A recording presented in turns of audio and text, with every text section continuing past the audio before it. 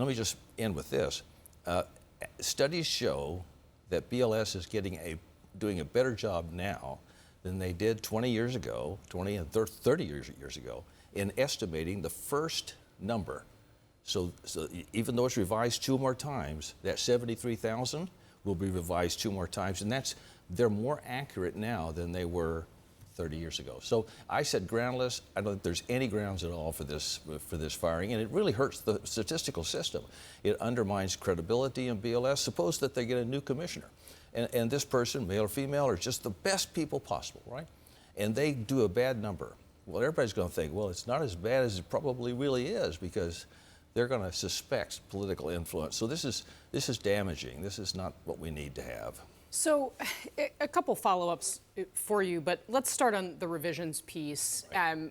One of the things that the president posted about, he says this is the same Bureau of Labor Statistics that overstated the jobs growth in March 2004 by approximately 818,000 jobs, and then again right before the presidential election. Now, he's talking about the overall year in that first bigger number, right? Does he have any point here when he says that, well, things looked politically better for my opponent back at the time than they actually were?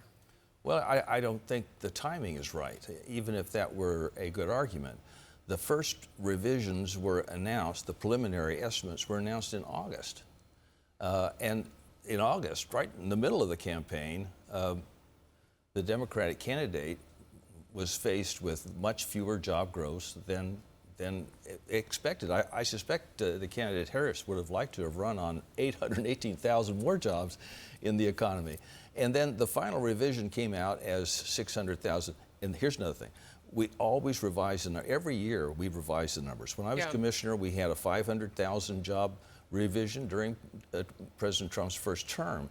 And why do we do that? Because firms are created or firms go out of business, and we don't really know that during the course of the year until we reconcile against a real full count of all the businesses. We do that once a year.